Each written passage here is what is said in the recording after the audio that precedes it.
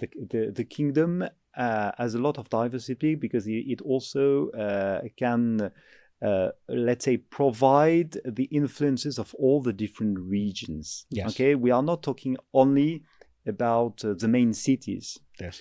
We know that, Subcultures. yes, Yeah. culinary heritage goes far beyond the hotspot.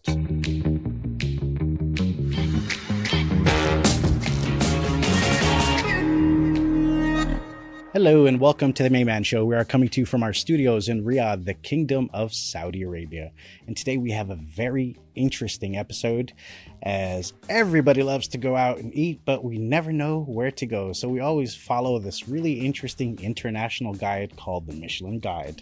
And today we have the international director for the Michelin Guide. We have Gwendal Poullennec, right? Am I pronouncing your last name right? Absolutely right. Gwendal Poullennec from right. France. From France. Vive la France. Absolutely. And glad to have you here. And thanks for being here. I know you're here in Riyadh for a very short duration. And very nice of you to come to our studios for this A episode. short stay, but indeed a very exciting one. Because Okay. a lot of great news to share. Okay. And planting the seeds of something much bigger. All right. Well, that sounds good. And this is the exact platform for all this kind of announcements. So you didn't grow up dining in restaurants. What sparked your interest, to the world of food and gastronomy? Yes, let's say that with my family, basically, we were always eating at home. Yeah. Not a rations culture, Mhm. because I have several sisters and brothers. But very soon, I had a passion for restaurants and hotel industry, that I wanted to join this industry. And I was looking for a project that really could have an impact. Okay. And after an academic background, Mhm. I fall across literally the Michelin Guide, stories and publication, and I decided to apply. Okay. So I wrote to Michelin. I spun candidature spontanée. Mhm. And I was quite fortunate to enter the company in 2003 Okay. and to join the Michelin Guide teams just a couple of months after in 2004. And What was your role there? When you first started? Sorry? What was your role when you first started? But exactly? when I joined Michelin, I wanted to contribute to expanding the Michelin Guide abroad. Okay. Because I felt it had an incredible potential to transform the world, to contribute to put a spotlight on the cultures. Okay. And it basically what happened, because I've been working 20 years now for the Michelin Guide, and I have been able to make it happen, to make the dreams come true. Mm-hmm. And to contribute to the international expansion of the guide, starting with the US, outside of Europe, and then Asia, where we landed the guide in Japan, and I've been living a few years there, following then the expansion journey until I was appointed the end of the Michelin Guide in 2018. Okay, that's quite the journey. And I just noticed it takes you to a lot of places. Well, what do you like about the fact that you get to see different parts of the world? No, but the point is that for the Michelin Guide, I've been able to travel in more than 70 different countries. Okay. To monitor the evolution of the culinary potential, to decide where to land the Michelin Guide, where to expand the footprint.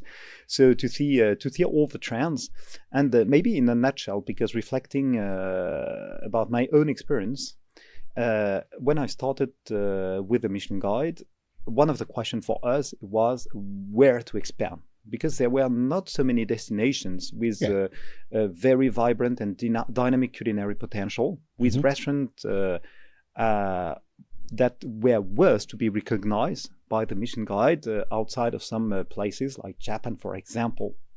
And today, the challenge I'm facing at the end of the Michelin Guide is more to decide where to go first. Okay. Because the world culinary scene is really booming. Yeah. There are new destinations emerging, some destinations rediscovering their own culinary heritage. Okay. So there is more and more diversity. and more than ever, it's worth to travel for eating. Yeah, of course. I mean, food is I'll travel miles for food. So, what criteria do you look for when you say this destination is something we should look into? But when we consider destination, because we have to establish a roadmap. Okay. Because we need to have a gradual plan, not to compromise with the value and the methodology, and we need also to acquire the knowledge of all the different food cultures. So that takes time. But to set up a clear priority, we monitor on the field the evolution of the different food scene. Okay. And back to the Kingdom of Saudi Arabia, what made us decide to move forward was the vibrancy, what is happening. You feel the dynamic, the talent joining the industry, the diversity. And based on what is happening today, and even more on the potential it has to develop in the years to come, right. We decided to move to the next step, which is to publish a Michelin guide selection, what we announced yesterday, and this will happen at the end of the year, okay, with 3 digital releases. All right. 15th of October, 15th of November, 15th of December. Okay. And the public will have access to all the Michelin guide recommendation, all right, starting with the culinary hotspot like Riyadh, Jeddah. But of course, gradually and year after year, we will expand the footprint. Okay. So there are not yet limits. And we hope that this project will continue forever, because every year the rations will be reviewed and rated. All right, that's very interesting. So the initiative you're doing here with Saudi is with the Saudi Culinary Commission. Can you tell us a little bit about the partnership and how it will play forward? No, of course, and the way we are moving forward in Saudi is the same that we are implementing for all the destination. So first, this project was a few years in the making. Yeah. Anonymous inspectors have been on the ground already for some years. Yes. Okay, to monitor what is happening. So then it's an editorial decision from the Michelin Guide to say, okay, this should be on the roadmap. And this destination deserves to be put under the spotlight. Okay. And we engage conversation with local authority and the Culinary Art Commission for support and to make the most of it. Why? Because publishing a selection is great, but amplifying, telling a lot of stories, not only to the local people, but to the world, it's also what we have to do if we really would like to impact the local food ecosystem. Right. So it's what is at stake. Of course, the Michelin Guide remains completely independent because that's a core value and the essence of the guide is to work not for the industry, not for the chefs, but for the guest. For the foodie. For the foodies, local or international travelers. All right. And in your opinion, what makes Saudi such an interesting value proposition for your typical, foodie or first or restaurateurs, I say, people who love to experience restaurants and food and gastronomy? First, I would say that there is still a lot of misconception about Saudi Arabia. Okay. Its identity, its authenticity. So I think there are a lot of places that need to be unearthed. Hidden gems that deserve their time to shine. Okay. And through the restaurants, we are also putting the spotlight on the culture. All right. So and based on the inspectors' feedback, here what they found is the open-mindedness. Okay, not only you have local restaurants inspired by the culinary heritage, but you have a lot of creativity. You have inspiration from all around the world. All right. So you feel the dynamics, you feel that definitely there is a momentum. And that's the reason why we decided to move forward. Okay. And then, yes, Michelin is like, an independent organization that's dedicated to the culinary scene. And since you're here and you're in talks with the Saudi Culinary Commission, and you see their investments, to highlight tradition, innovation, gastronomy. As a leader, what comments do you have about these efforts, and how is it like worthy to be part of what you guys do in Michelin?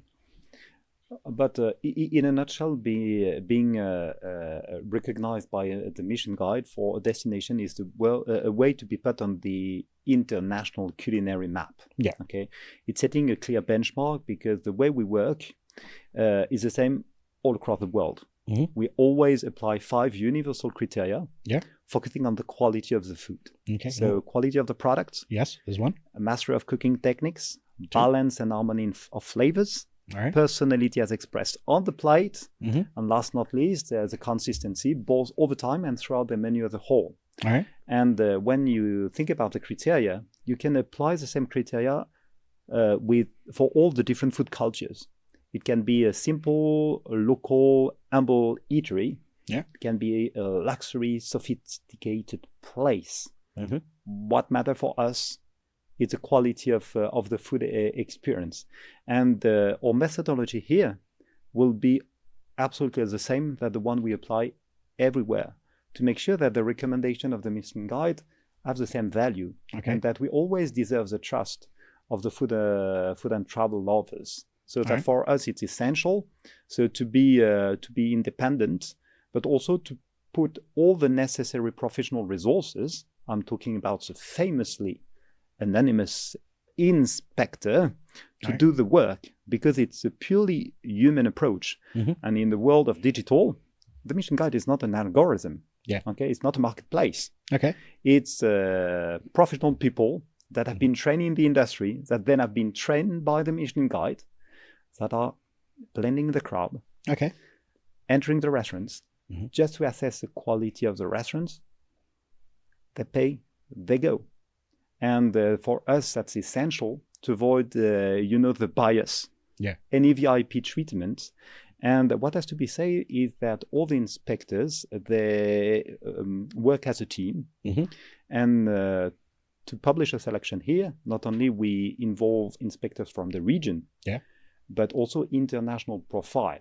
Okay. Because we need to recognize all the different food style. Mm-hmm. And here in Saudi, yes, there is more and more diversity. Yes. So from Japanese to Lebanese restaurants, you need the knowledge. Exactly. So this professionalism is really the trademark of the Michelin Guide. Okay. So combined with the value, independence, and the methodology, okay, which is based on anonymous visits by professional inspectors. All right. Very interesting approach. So you assumed your role as international director in 2018, and since then there has been a digital evolution and sustainability movement with the Green Star. How do you see these? From your perspective, how do you see these transformations reshaping, the Guide's mission in your view? I think first and foremost, because I think it's also one of the value of the Michelin Guide, is the consistency. Yeah. We haven't changed the criteria, but we have the ability to be open-minded. And I think over the past few years, the acceleration of the international expansion of the Michelin Guide added a lot and had a lot of impact in the industry. Why? Because we are reaching a wider audience. Okay. Because we are recommending more and more destinations, so putting more, let's say, talented restaurateurs and chefs on the world culinary map. So we definitely have an audience that is growing. Okay. From that perspective, let's say the digital is a real opportunity. Why? Because we have all digital platform like web and app, but also the social networks that contribute, let's say, to amplify, to grow the conversation. There is a real dynamic. Okay. Obviously, all the chefs are also ambassadors, not only of their own cooking style, but of their destination, of their country. Okay. So that's also an important factor that amplifies the impact of the Michelin Guide. And yes, we also believe that we have a role beyond the ratings to contribute to the transformation of the industry. All right. That's the reason why in 2020 we established the Green Star, which is a way to put a spotlight on the one that contribute to the transformation. All right. With the gastronomic transition, paying attention to local products, to local communities, to reducing waste, etc., etc. But what is at stake is that these people, chefs and teams, are real pioneers. Right. And not only they are willing to inspire their peers, I mean all the chefs, but also their guests and clients. And let's say that gastronomy has a lot of impact. Chefs have a loud voice, and they can also impact the society. Because when we talk about gastronomy, we talk about good and healthy food. We talk about traditions and products. And the more we create awareness about the topic, the more we can let people know what good food is or could be. And hopefully lead them to experience by themselves. All right. And then, as you mentioned, you've had a key role in expanding Michelin to a lot of international destinations. In your view, what makes a city ready? Like, how do you balance the culinary soul and identity of each destination with Michelin standards? Yes, the Michelin Guide for a city or for a destination can be a game changer, as it can be a life changer for the chef. But when we approach a destination, again, it's a no quota approach. So we are really open to recognize the talents, whatever the style, whatever the price range. And how many restaurants, local restaurants, could be listed versus how many international outlets. Frankly, I still don't know. This will be the results. We will proceed with the selection without bias. And even I, as today, I have no idea of what the proportion would be when we will be releasing the first selection end of the year, because at the time we speak, the anonymous inspectors are working on the field, and we will have the final picture later on this year. All right, that's fair enough. And so you're in. Let's talk about Saudi for a bit. So the Kingdom of Saudi Arabia is culinary traditions are deep rooted. They're ancient. There is the traditional way of doing things, and then there is the evolving aspect of how food is prepared and presented and eaten. In your short time here, I'm sure you've been here also in other times maybe.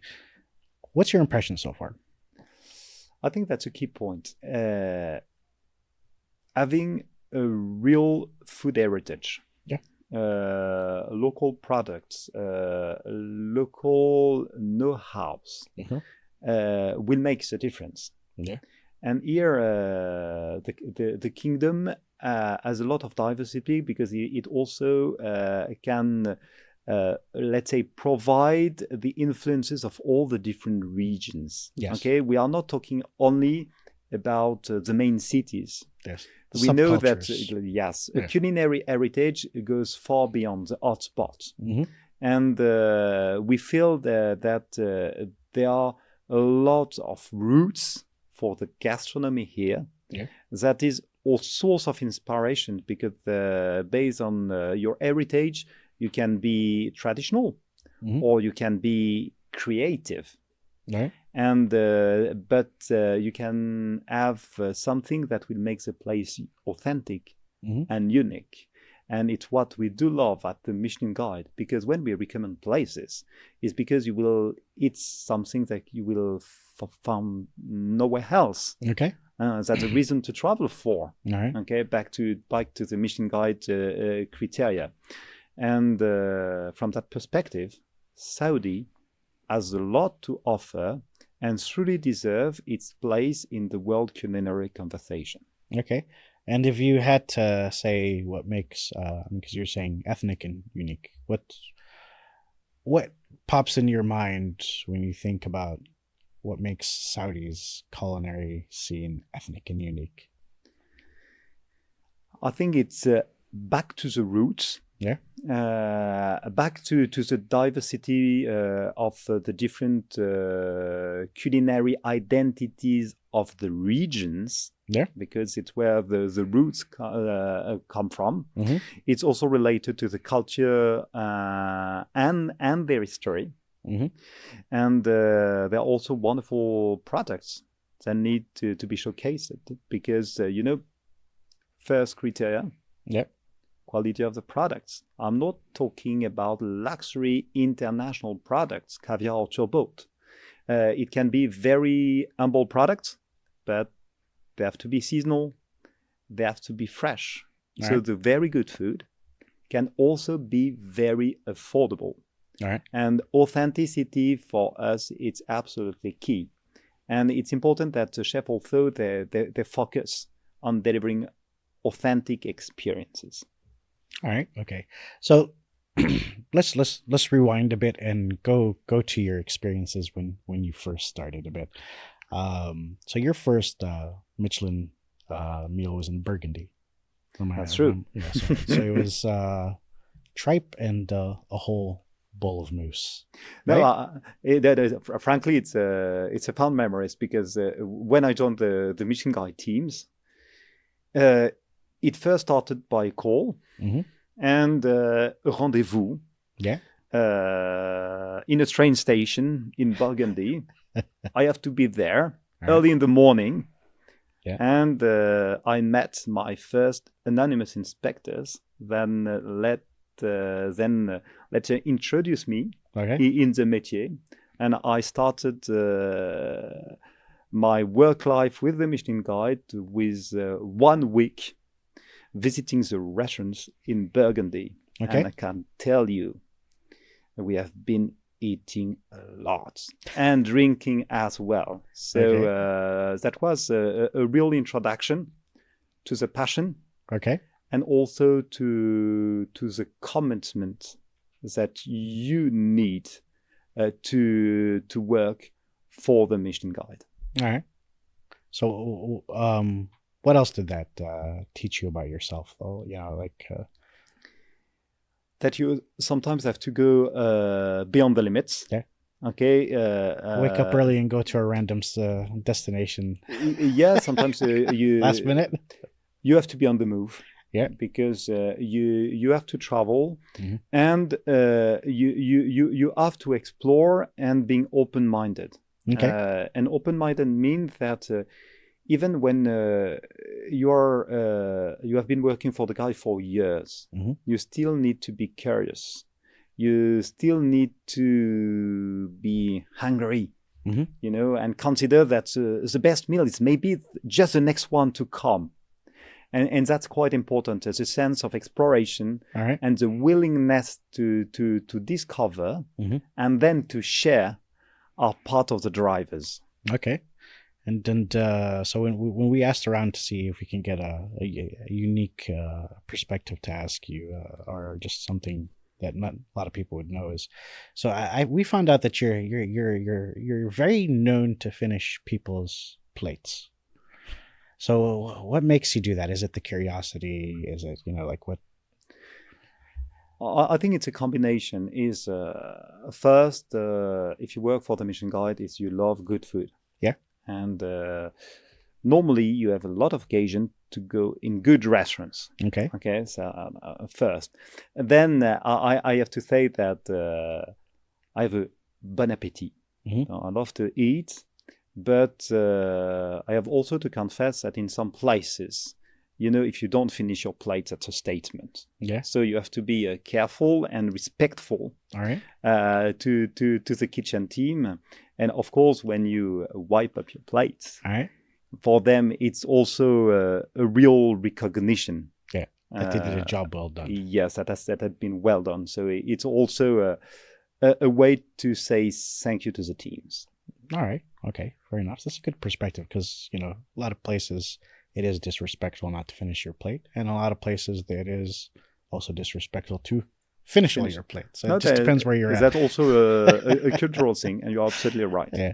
So, you've obviously invested a lot of your professional career doing this, something that you love. It's your passion. What do you hope to leave behind? What legacy do you hope to leave behind for Michelin?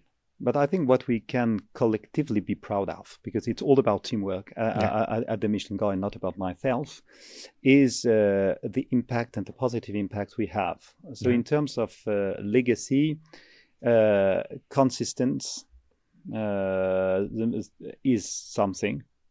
The maintaining high values like excellence and independence, because that's the reason why people trust the Michelin Guide. Right. So the Michelin Guide was born 125 years ago, and I'm willing to push it for the next century.